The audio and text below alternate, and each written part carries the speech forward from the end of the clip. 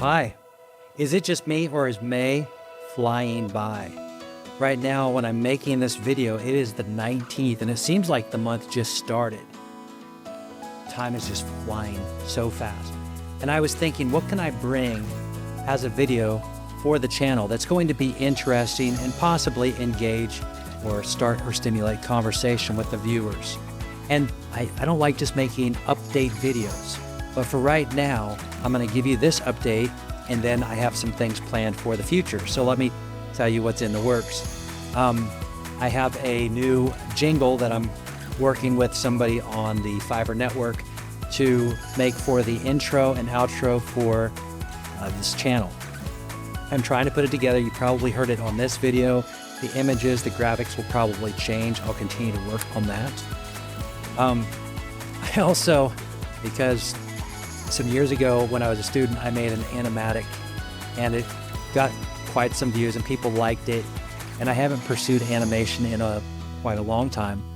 What I'm thinking of doing is refining some of the key poses and making it a cleaner version, possibly letting AI do a little bit of the in-between so it's closer to a cartoon. And then there's a female backtrack that happens on one small bit.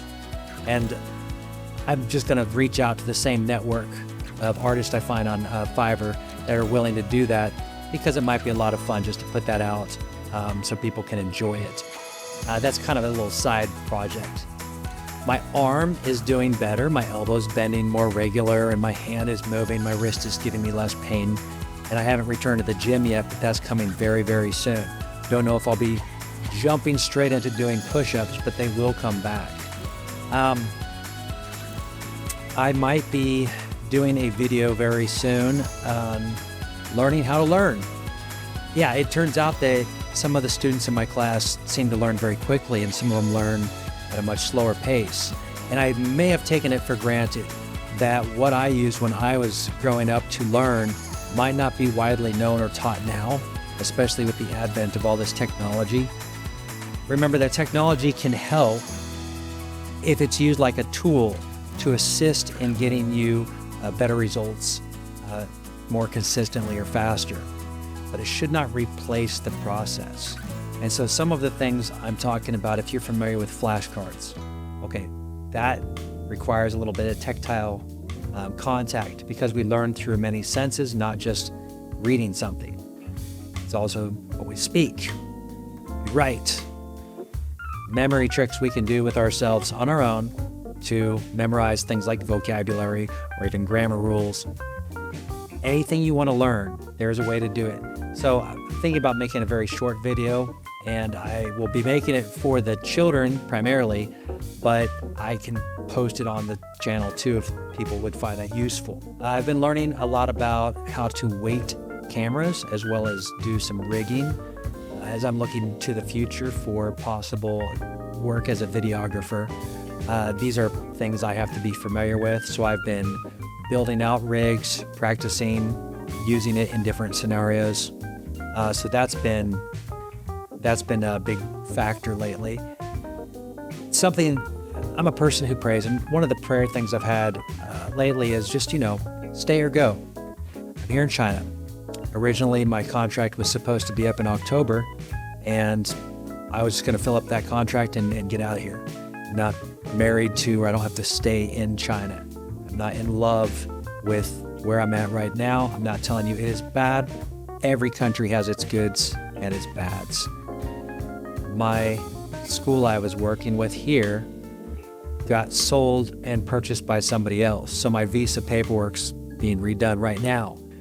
And I don't know if that's changing the day it's going to end. But I have requests for me to come in and teach and things like this.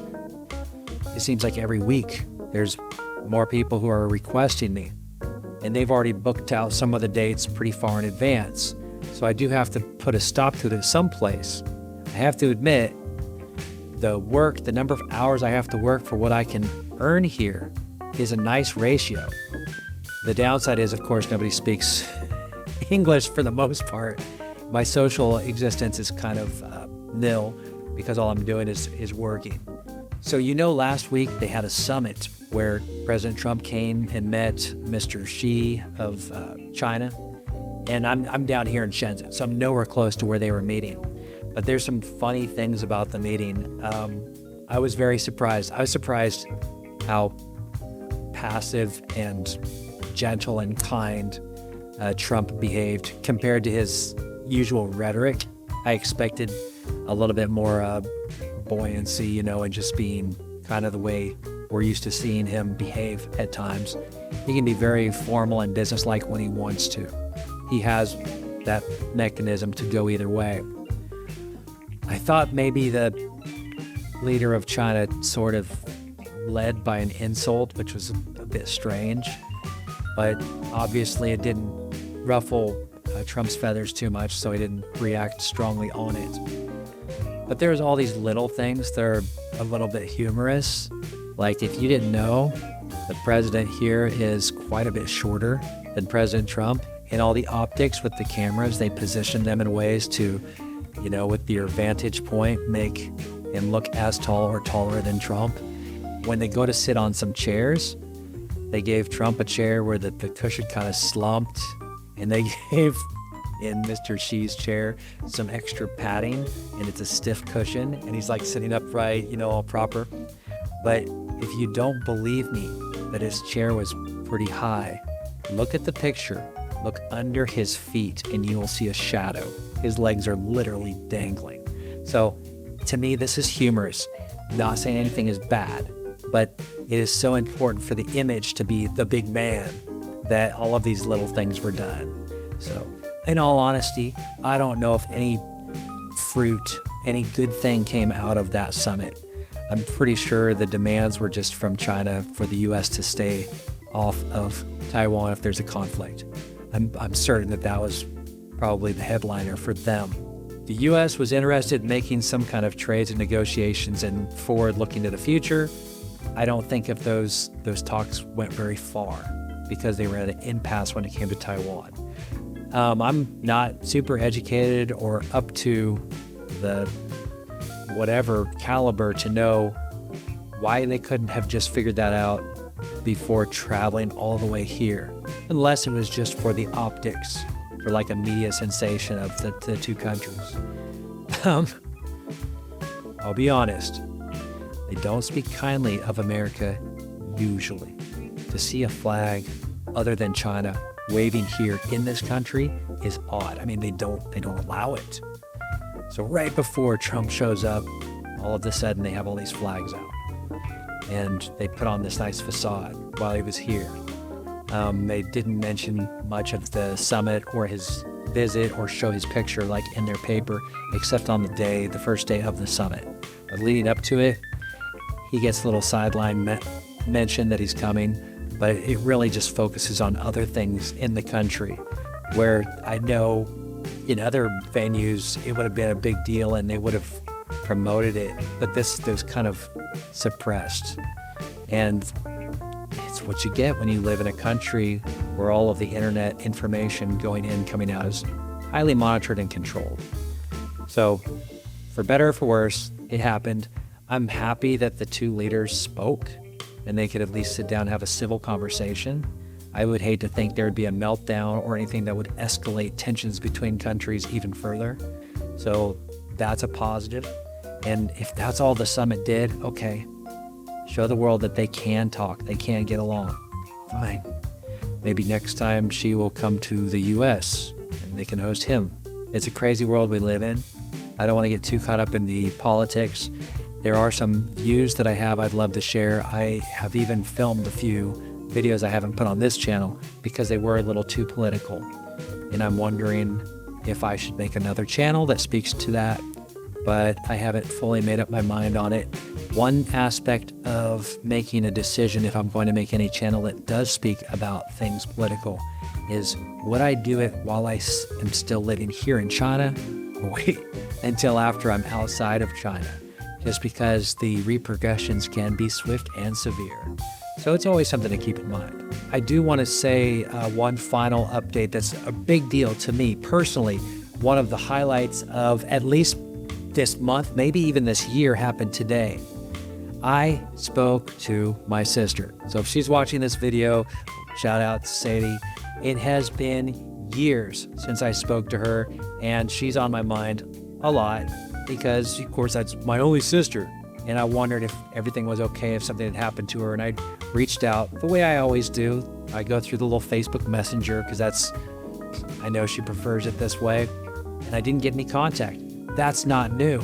I've been trying to reach out to her for years, literally years. And then I know her husband's Facebook account, sent him a message.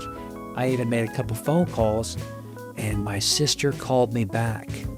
And it was very cool. So it turns out that making that phone call maybe was the trigger to getting her to see that someone's trying to reach her and call back. Either way, my sister's okay.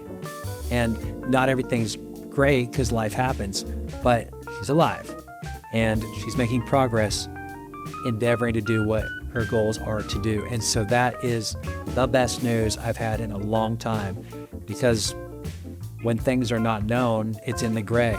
We don't know if it's good. We don't know if it's bad. There's an old saying. They said, well, no news is good news. Yeah, but when it comes to your family, not knowing things for years can be concerning. Now, what could I even do? I don't know, but it's just that peace of mind and comfort to know that things are okay. And I think many of you get that. But this is all for right now in May, so I'm working on these different projects. I will be able to show you more of those as they come into fruition. I haven't forgot about the other videos that are in the pipeline.